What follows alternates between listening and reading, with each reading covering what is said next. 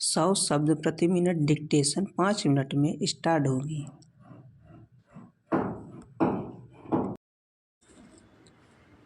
Ready start. America ने भारतीय विदेश मंत्रालय की कड़ी आपत्ति और यहाँ तक कि उसके राजनयिक को फटकार लगाए जाने के बाद भी जिस तरह दिल्ली के मुख्यमंत्री अरविंद केजरीवाल की गिरफ्तारी को लेकर फिर से टिप्पणी की और कांग्रेस के खाते फ्रीज किए जाने पर भी चिंता जता दी, उससे यदि कुछ स्पष्ट है तो यही कि वह भारत के आंतरिक मामलों में दखल देने की अपनी बुरी आदत से बाज आने वाला नहीं है।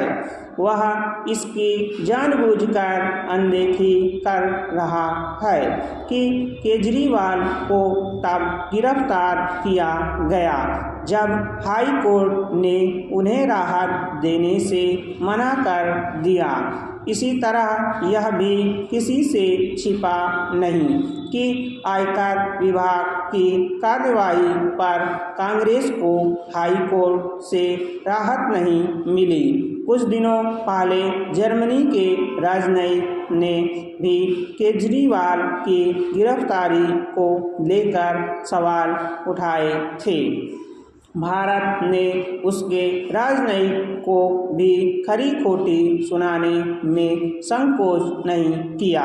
जर्मनी को तो यह समझ आ गया कि उसने अपनी हद पार की, लेकिन अमेरिका अपनी हद में रहने को तैयार नहीं दिखता।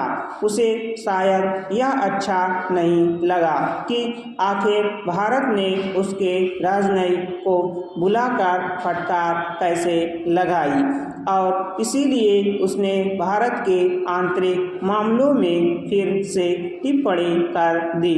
यह और कुछ नहीं, उसका श्रेष्ठता बोध है। इस श्रेष्ठता बोध ने अहंकार का रूप ले लिया है। यह अहंकार इसके बाद भी कम नहीं हो रहा है कि अब अंतर्राष्ट्रीय स्तर पर उसका पहले जैसा प्रभाव नहीं रह गया है। दुनिया का कोई भी लोकतंत्र दोष रहित नहीं है और इसमें अमेरिका भी शामिल है। ऐसे में उसे या किसी अन्य को दूसरे लोकतांत्रिक देश को नसीहत देने के पहले अपने गिरेबान में झांकना चाहिए। जैसे श्रेष्ठता बोध से अमेरिका ग्रस्त है, वैसे ही पश्चिम के अन्य देश।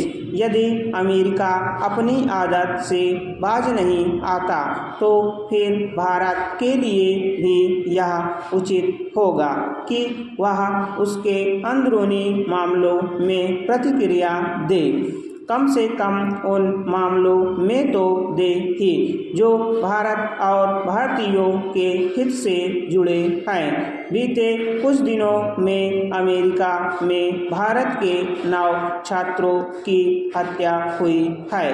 क्या यह उचित नहीं होगा कि भारत अमेरिका से कहीं कि वह भारतीय छात्रों की सुरक्षा को लेकर गंभीर नहीं। इसी तरह भारत को यह अवश्य ही कहना चाहिए कि वह अभिव्यक्ति के स्वतंत्रता के नाम पर खालिस्तानी आतंकियों को जानबूझकर पाल पोस रहा है। अमेरिका एक ओर तो अभिव्यक्ति की स्वतंत्रता का चैंपियन बनता है और दूसरी ओर बिलकिस वाले जूलियन असंजे को ब्रिटेन से लाकर दंडित करने पर तुला है, क्योंकि उन्होंने उसके काले कारनामे उजागर कर उसकी पोल खोल दी थी।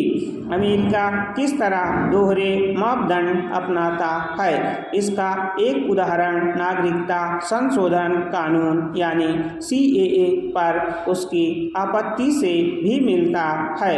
खुद उसने CAA जैसे कानून बना रखे हैं लेकिन उसे भारत के इस कानून में खोट दिखता है। स्टॉप।